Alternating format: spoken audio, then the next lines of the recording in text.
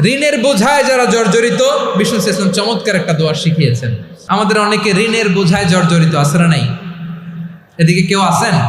থাকলে হাত তোলার দরকার নেই, থাকলে এই দোয়াটা পড়বেন। এক সাহাবীর নাম আবু উমামা, নামাজের ওয়াক্ত ছাড়া উনি মসজিদে যেয়ে বসে আছে। বিষ্ণু বললেন, কি রে আবু উমামা, নামাজের তো ওয়াক্ত হয় নাই, মসজিদে কি? সাহাবী বলে, হুমুমুন লাজিমাতনি ওয়া দুয়ুন, নবী গো, ঋণের বোঝায় এমন টেনশনে আছি, ঘরে থাকতে পারলাম না, মসজিদে চলে আসছে। বিষ্ণু বলেন, আমি কি তোমার এমন একটা দোয়া শিখাবো যেটা বললে আল্লাহ তাআলা তোমার ঋণের বোঝা হালকা করে দিবে?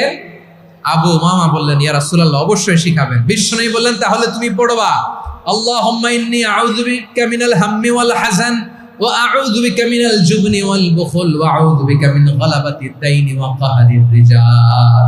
ও আল্লাহ, তোমার কাছ থেকে দুশ্চিন্তা থেকে পানাহ চাই, কৃপণতা, ভীরুতা, অলসতা, কার্পণ্যতা, এই সব কিছু থেকে, মানুষের কঠোরতা, আমার উপর মানুষের আধিপত্য এবং ঋণের বোঝা থেকে পানাহ চাই।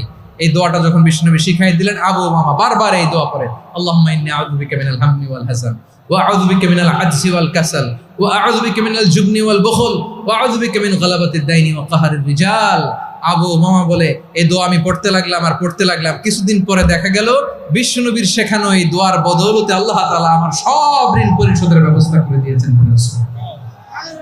পড়বেন পড়বেন।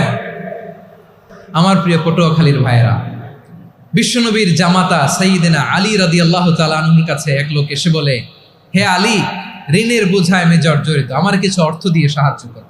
সাইয়্যিদিনা আলী রাদিয়াল্লাহু তাআলা আনহু বললেন, আমি কি তোমারে এমন একটা দোয়া শিখাবো যেটা বিশ্বনবী আমাদের শিখিয়েছেন? এই দোয়া যদি তুমি পড়ো, লাউ কানা আলাইকা মিসলু জাবালিন কাবীরিন দাইনান আদাল্লাহু আনকা, পাহাড় পরিমাণও যদি ঋণের বোঝা হয়, আল্লাহ এটা পরিশোধের ব্যবস্থা করে দিবেন। ছোট্ট একটা দোয়া বিশ্বনবী শিখালেন, বললেন, তুমি পড়বা, আল্লাহুম্মা কফিনি বিহালালিকা আন হারামিকা ওয়া আগনিনি বিফাদলিকা আম্মান সিওয়াক। মুখস্থ আছে? হ্যাঁ, আছে। আল্লাহুম্মা কফিনি বিহালালিকা আন হারামিক, আল্লাহ তোমার হালাল দিয়ে আমাকে পরিতুষ্ট করো, হারাম থেকে বাঁচিয়ে রাখো, আর তোমার অনুগ্রহে মানুষের মুখাপেক্ষী যেন আমি না হই, আমি যেন সবসময় তোমার মুখাপেক্ষী হয়, ওই তৌফিক দিও। সুবহানাল্লাহ পড়েন। এই দোয়া বেশি বেশি পড়লে ঋণের বোঝা হালকা করে দিবে কে? তাহলে প্রিয় ভাইয়েরা, বিপদে পড়লেই প্রথমে কি পড়বেন? বিপদে পড়লেই প্রথমে